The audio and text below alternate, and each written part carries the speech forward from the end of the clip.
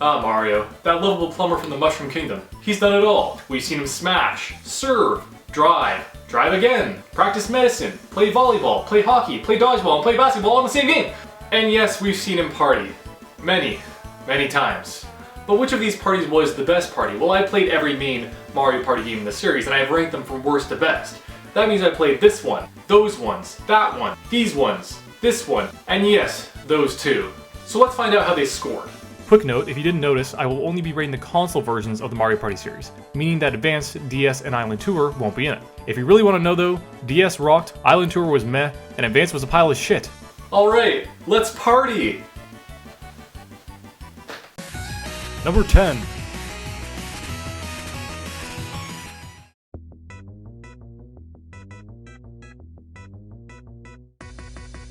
Where do I begin with Mario Party 9? There is just so much that's wrong with this game. Mario Party 9 was the first in the series to try something different, which is great considering how familiar the game has become over the years, but it was changed so far to the point that they essentially revised the entire premise of what Mario Party is. If you haven't played the series in a few years, the new structure sits the 4 players in a vehicle of some sort, a car, a plane, whatever the fuck this is, and makes them continuously move forward on a set path.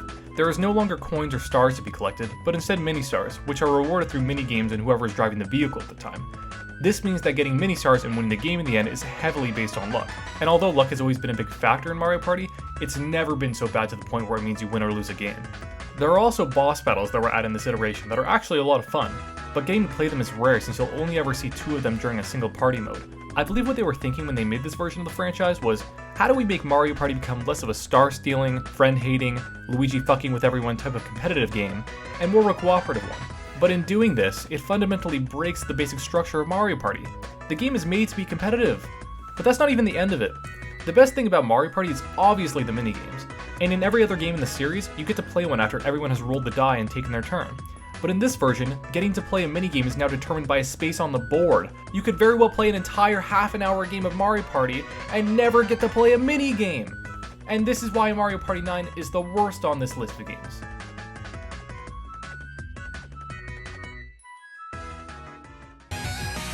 Number 9.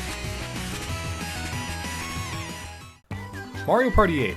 This was the first game on the Wii, and because of that, it held a lot of potential, but it ultimately fell short. This game really left me feeling unsatisfied after I bought it back in 2007. The maps were hit or miss. Some were okay, but others like Goombas Booty Boardwalk were so dull and tedious. It was literally a straight line. The mini-games in this one also have to be some of the worst as well, and pretty much all of them use motion controls in some way or another. Whether it was flicking the Wii remote, twirling it, or jacking it off, there's no getting away from it. You can't even pick your character without raising your hand up to the screen. It's so annoying. I'm playing video games, damn it, I don't want to be active. I don't even know why. There's also this shitty copy-paste version of Wii Sports that made into the game, but somehow it's way worse. It's impossible to tell where the ball is going to go, it just does what it wants. The game just feels so bland and empty, and I really hate having to do this motion bullshit literally every second. Seriously, you can't even use A to hit the dice block, you have to flick the controller on every single turn. You suck, Mario Party 8. Number 8. Much like Mario Party 7, Mario Party 5 didn't do a lot to bring anything new to the series. It pretty much just crammed in as many modes into the game as it possibly could. Volleyball? I thought this was Mario Party. Hockey? What is this, a card game? What the fuck is this shit? Anyway, the game itself was pretty basic, but with a new gimmick. Capsules. Nothing too special. The maps were pretty decent, but not very memorable, and most of the minigames were actually really good, although there were some that were just plain ridiculous. Especially this one. Alright, so all I have to do is jump, I guess? Oh, okay.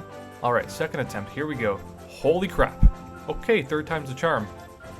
What the fuck? This minigame is pretty much impossible to win if you're one of the 3 on the panels. Honestly, I don't think I've ever seen what's at the bottom of the screen. But I digress. Let's get into some of the side modes that I mentioned. In the extra section of the game, there actually is a mode with volleyball hockey in this card game. They're all okay for a bit, but pretty pointless additions to the game. And then there's this mode, where you get to make a robot then battle with other robots. I don't know who at Nintendo was like, hey guys, you know what Mario Party needs more of? Robots fighting other robots. Because that's what Mario Party is about. Once again, it's fun for a little while, but still kinda pointless. This was a mediocre Mario Party at best. On to the next one. Number 7. Mario Party 10 suffers from much of what the 9th did wrong without fixing many of the issues. It once again keeps the everyone moves together gameplay of the 9th and doesn't add all that much otherwise. There's a new mode called Bowser Party that allows a 5th player to join the game as Bowser using the gamepad. In this mode, the team of 4 all roll their dice at once trying to move the car away from Bowser. Then, Bowser rolls his 4 dice, hoping to roll a higher number so that he can catch them. If he catches them, then a Bowser minigame begins and he has the chance to take away their health points. The mode is actually really fun, but it seems to heavily favor the player who is Bowser. Dad, you can't catch up to them on a roll like that. I'm gonna let you re-roll that one? How is that fair? There's also a 3rd mode called Amiibo Party that seems to be a watered down version of the original games, complete with stars, coins, red and blue spaces, etc. The maps in this mode are limited to whatever amiibo you may have, so if you own a Yoshi amiibo and you want to play on Rosalina's board, you can't. You need to go out and buy a Rosalina amiibo, if you can even find one. This mode seems incredibly pointless and more of an excuse to make the player go out and buy Nintendo's figurines if you didn't get it bundled with the game, as without them the mode isn't even playable. Although I'm bashing it quite a bit, this version of the game is actually one of the better Mario Parties in recent years. It's the prettiest looking in the series to date, and bonus points for being the first game to feature Donkey Kong as a playable character since the 4th, as he was one of the original 6 characters. When you do get to play them, the minigames are pretty damn good, especially the Bowser ones. But the problem with Mario Party 10 is, much like the 9th, it's still too far from the original games. There's no room for strategy anymore. You can win every minigame, yet still come in last place because of bad luck. And one final note, why is there no online multiplayer by this point? Number 6. Mario Party 7 was actually not a bad game, but something about it felt so lackluster, like it was missing something. The intro to the game just seems so half-assed, I cringe every time I watch it. Mario here gets invited on a cruise for him and his friends, and that's pretty much it. They're the kings of the world? Oh god, somebody actually wrote this down and put it in the game. Anyway, the game's gimmick was that it had this 8-player mode where 2 people would each hold the side of a GameCube controller. It seemed like a decent idea, but if you're playing Mario Party, I don't know how you would possibly find 7 other people to play. Seriously, who the fuck has 7 friends that all want to play Mario Party and want to share controllers? The game also brought back the microphone from the 6th game. I found it in my closet, I hope it still works. 3. Circle. Square. Holy shit, this thing works better than Siri. Siri, take a note. The Mario Party microphone actually works pretty damn well. Sorry, I didn't get that. God damn it. Other than that, this Mario Party didn't have much else to offer.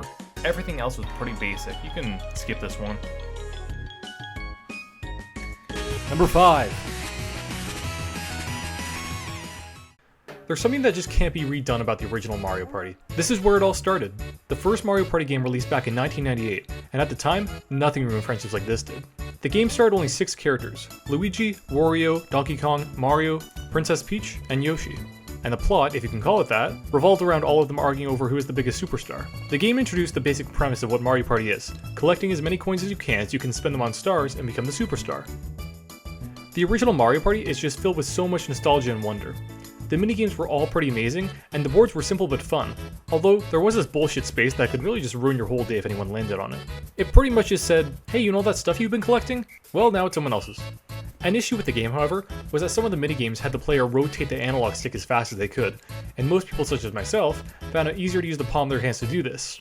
This led to many blistered hands and complaining parents, and as compensation, Nintendo sent gloves to anyone who complained to the company. But Nintendo didn't actually factor in what this did to their controllers. This green one I had as a kid is ruined because of those goddamn minigames. The stick just doesn't bounce back anymore. Regardless of this, however, the game was still pretty amazing. There was so much to find.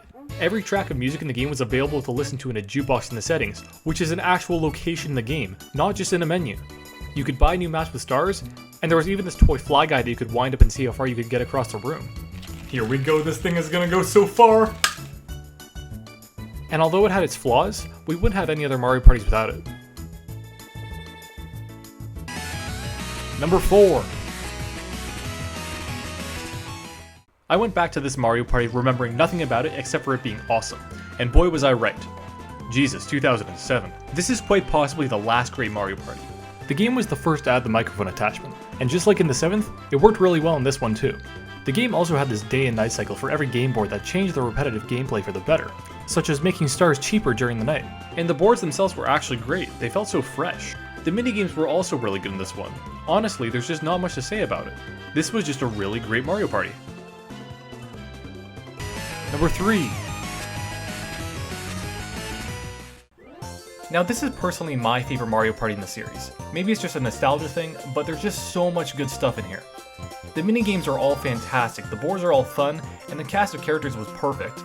You had the original 6 plus Daisy and Waluigi. And who doesn't love Waluigi? But that's not to say it's not without its flaws. This is what I would call the tipping point for Mario Party. By now it didn't have that Call of Duty syndrome where one pops up almost every year. It was the first game on a new generation of console, the GameCube. I remember getting it as a kid and noticing the drastic difference in graphics compared to the games on the N64. Watching Donkey Kong here hump the air in a crisp 480p, all the more satisfying. This was also the first game where they started adding gimmicks, mainly the Mega and Mini mushrooms. The boards had these spaces that were just layered all over them. The odds were that you were going to land on one, and when you did, it was pretty much just random if you were going to get a big or small mushroom. Aside from that, I found this Mario Party to be just fantastic. These Bowser minigames were also some of the best. In this one, Bowser gives you a list of fruit he wants to eat. If you bring in the wrong one, you get singed.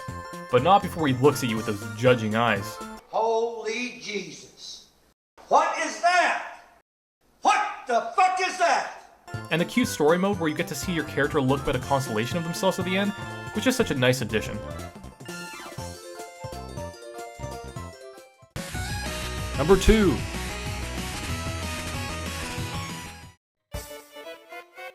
Mario Party 2 essentially improved on everything the original Mario Party was. It removed all the controller ruining minigames and introduced more innovative ones. It even brought back the best ones from Mario Party 1. The maps in this game were also some of the most memorable, with each being differently themed, and even giving your character a specific costume for it too. This was also where they added the new item system that actually worked really well. Instead of hoarding your coins, you could now spend them on things like mushrooms, boo bells, and skeleton keys, if that's what you're into. The game was no longer based purely on luck, and you could now directly influence the board gameplay. The genie lamps were always my favorite. Oh man, they were awesome. 30 coins, but they brought you straight to the star, and you felt like you earned it too because of all the cash you just unloaded. This is what the first Mario Party game should have been. Not to say the first isn't amazing, I actually prefer it more, but in general, this is just a better game. It was probably the most solid entry in the series overall, and definitely one of the most memorable Mario Parties out there.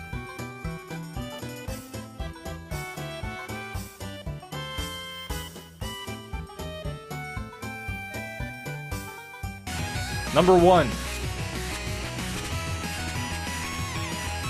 This is it, the best Mario Party in my opinion, Mario Party 3. This game was phenomenal. It capitalized on the best things about the first two games, and it learned from their mistakes. This Mario Party added 2 more characters to the roster for the first time in the series, Daisy and Waluigi. And they also added this neat story mode that went along with it. One by one you had to battle each character on a separate board, obtaining stamps from them along the way. Considering Mario Party has barely ever had any story to begin with, this was a great addition. This game also now allowed you to store up to 3 items in your inventory as opposed to 1. Sorry, Skeleton Key, I need to make room for something more important. Jeez, that's depressing. I said I was sorry. There was also this new third mode that was added to the game, where you and another player would face off on a duel board. In it, you and your rival are each given a partner that fights and defends for you. This mode wasn't all that much fun to play, but a neat addition to the game, as well as the first time the series started trying new things. But all of that is essentially irrelevant. The thing that really matters in Mario Party is the minigames. And oh god, the minigames were damn near perfect. Just watch this montage of amazingness I threw together.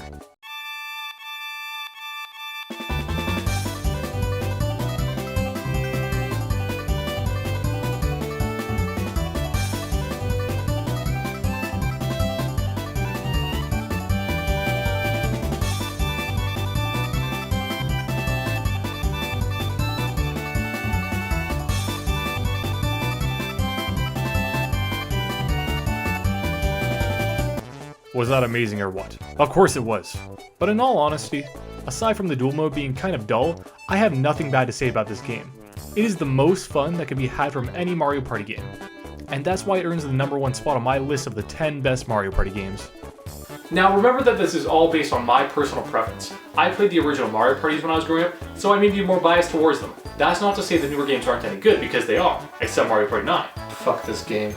That being said, maybe I'm wrong. Maybe you think Mario Party 3 shouldn't be number 1 on this list. Well, I want you to tell me. Tell me in the comments below what order you would have picked from worst to best.